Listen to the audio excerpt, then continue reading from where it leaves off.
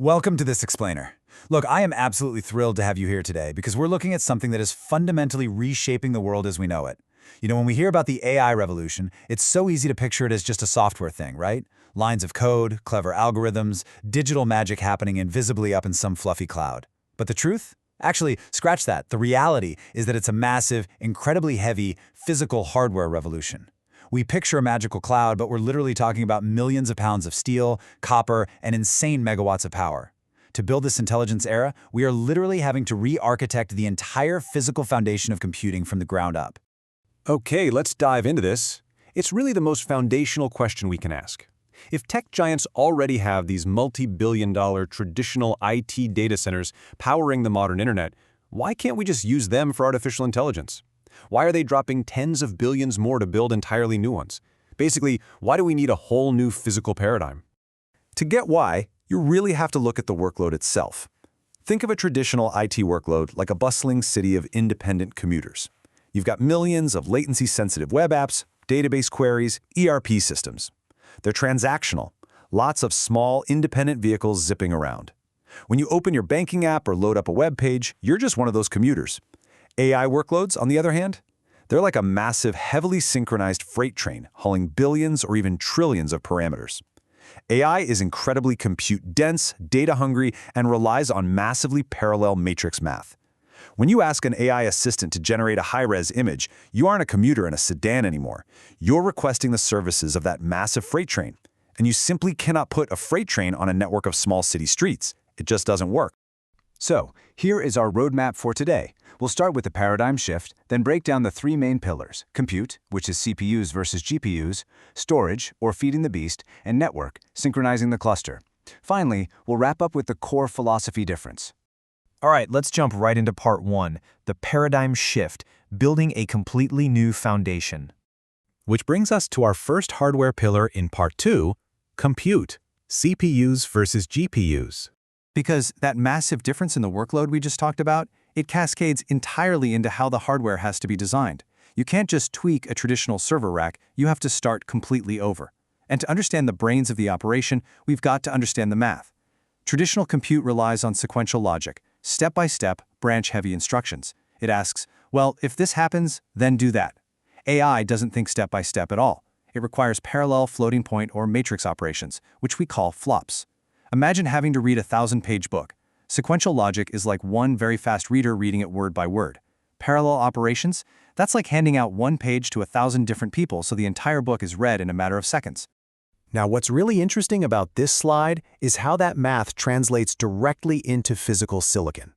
Traditional infrastructure relies heavily on CPUs, central processing units, and they're brilliant at general-purpose handling of those small, independent requests. But AI infrastructure? It's built around specialized AI accelerators, like GPUs and TPUs. Think of the NVIDIA H100, the B200, or Google's TPUs. These are massive, incredibly power-hungry chips purpose-built for that parallel math we were just geeking out about. But here's the kicker. You don't just use one GPU. A single AI training job often requires clusters of thousands of these accelerators, all working together. This creates physical extremes that traditional data centers simply aren't prepared for. We're talking about mind-boggling power density per rack. See, traditional data centers scale horizontally with tons of low-power servers, and they just use standard air cooling. For AI, these racks run so incredibly hot that traditional air cooling is literally like trying to put out a roaring campfire with a plastic squirt gun. They frequently require advanced liquid cooling, where actual coolants are pumped directly over the silicon just to keep it from literally melting right through the data center floor. Okay, let's move to part three, storage. This is all about feeding the beast. Having the fastest, most powerful GPUs in the world is completely useless if they don't have data to process. In AI, storage isn't just about holding data, it's about survival. Enter a concept called checkpointing. Training a massive AI model can take months.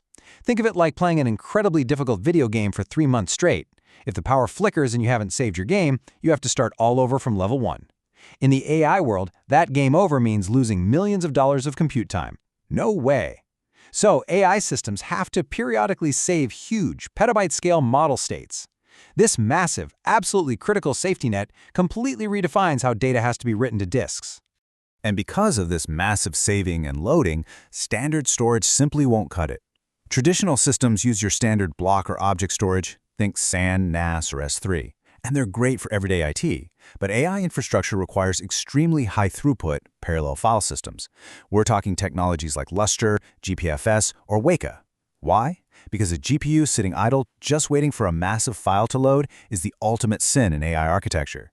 You have to feed data fast enough to keep those insanely expensive chips constantly busy. The workload pattern is just night and day. Traditional IT focuses on transactional consistency, what we call ACID compliance. If you're updating a banking record, perfect accuracy on that tiny little bit of data is everything. It's like a highly meticulous accountant looking at single pennies. AI storage doesn't care about pennies. It needs sequential bulk read and write capabilities for massive, petabyte-scale datasets. It's more like a giant dump truck moving whole mountains of raw data all at once. Raw throughput versus perfect microconsistency. Moving right along to Part 4, Network. Synchronizing the entire cluster. So we have massive compute, we have blazing fast storage, but how do we connect these thousands of nodes together? So the crucial point is that in AI, the network itself is often a bigger limitation than your raw compute power. We call this communication overhead. Imagine you have 10,000 brilliant artists working on a single giant mural. The bottleneck isn't how fast they can paint, it's how much time they waste talking to each other to coordinate. That's communication overhead. If thousands of GPUs are calculating a trillion parameter model, they have to constantly share their results to stay on the exact same page. Traditional infrastructure just relies on standard Ethernet and TCP/IP networks. These are the normal internet protocols we use every single day, perfect for client-server traffic. But for AI, way too slow. AI requires ultra-low latency, high-bandwidth interconnects like InfiniBand, NVIDIA NVLink, and RDMA. And what is wild about RDMA, or Remote Direct Memory Access, is that it allows one computer to directly read the memory of another computer across the network without even bothering the central CPU. It is basically instantaneous data sharing, a real game changer. The sheer scale of the engineering here is just staggering.